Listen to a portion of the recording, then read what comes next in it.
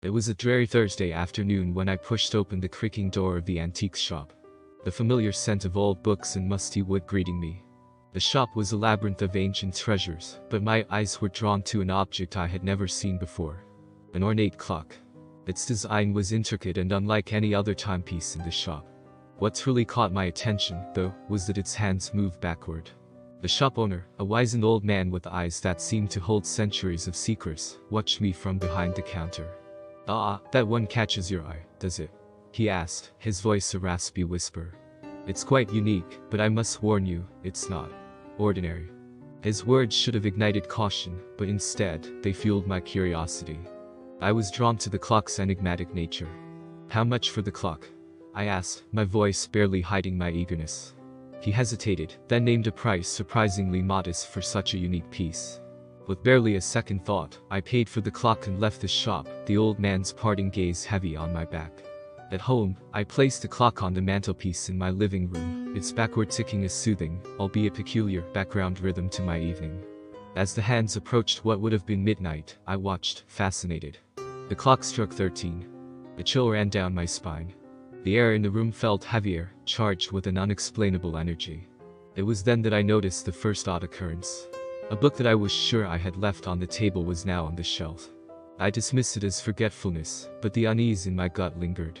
That night, as I lay in bed, the backward ticking of the clock echoed through the silent house, an ominous lullaby that whispered of mysteries and hidden secrets.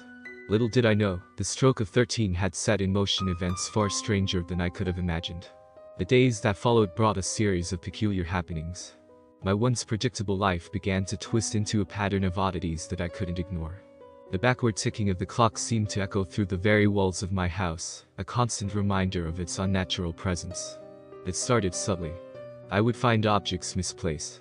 A chair slightly moved, a vase facing the opposite direction. At first, I attributed these occurrences to my own absent-mindedness. But then, the phenomena escalated.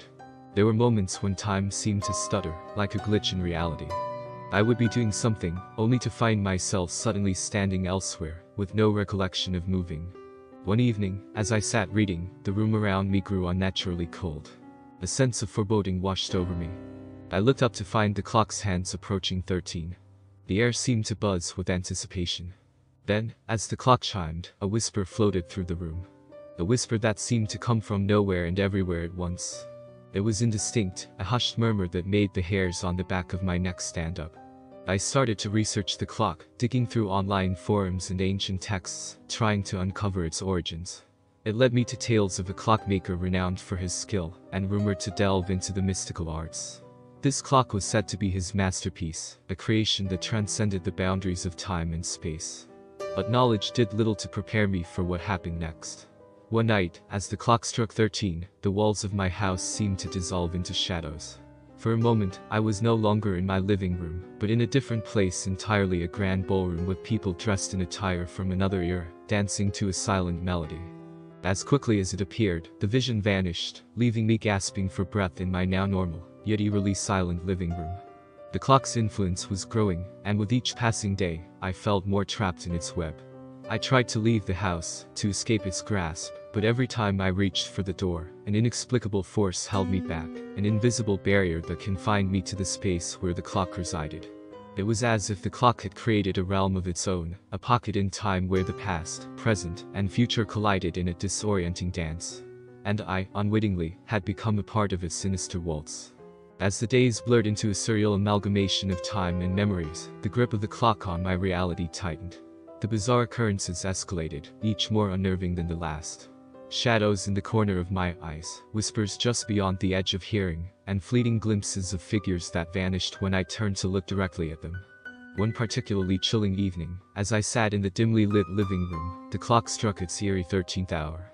The air crackled with a strange energy, and the walls of my house seemed to pulse with a life of their own. That's when I heard it, a voice, clear and distinct, yet not belonging to any living being. "Free us," it whispered, a plea laced with centuries of sorrow and despair. I scoured through every piece of information I could find about the clock and its maker. The clockmaker, it turned out, was a man shrouded in mystery and dark rumors. He was said to have been obsessed with conquering time, with creating a timepiece that could manipulate the very fabric of reality. But his experiments had a price. The clock, his final creation, had become a vessel for something far beyond mere mechanics. It was as if he had opened a door to another realm, trapping not only himself, but also the souls of those who had been unfortunate enough to cross his path in his quest for mastery over time. The more I learned, the more I realized the gravity of my situation. The clock was not just an object, it was a prison for lost souls, and I had unwittingly become its warden. The spirits bound to it were reaching out to me, seeking release from their timeless torment. Determined to end this nightmare, I knew I had to confront the clockmaker's legacy head-on. I needed to free these trapped spirits and myself from the curse of the backward ticking clock. But as the clock neared its next ominous chime of 13, I couldn't shake the feeling that I was about to face something far more terrifying than I could imagine. The clockmaker's own spirit, twisted by his obsession and his dark experiments, awaited me in the shadows of time. The night I decided to confront the curse was the most harrowing of my life. As midnight approached, the air in my house grew thick, charged with a palpable sense of dread. The clock's backward ticking seemed louder, more insistent, as if it were counting down to some inevitable, ominous event. I stood before the clock, my resolve steeling me against the fear that threatened to overwhelm my senses. The hands moved closer to the 13th hour, and I braced myself for what was to come. The clock struck 13, and a deafening silence fell upon the room. Then, reality fractured. The walls of my living room twisted and melted away, revealing a realm that defied the laws of physics and reason. It was a space where the remnants of countless eras overlapped in a chaotic tapestry of time.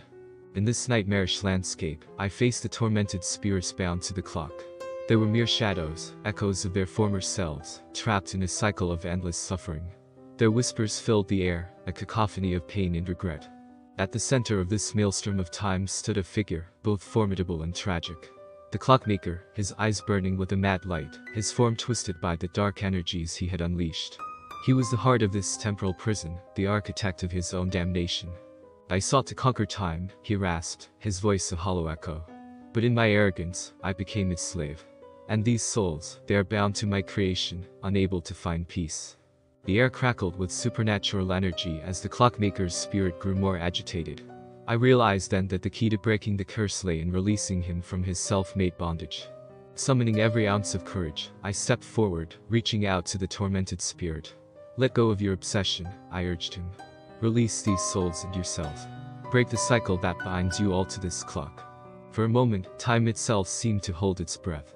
Then, with a shattering cry that echoed through the twisted realm, the clockmaker's spirit disintegrated, a burst of light that swept away the darkness.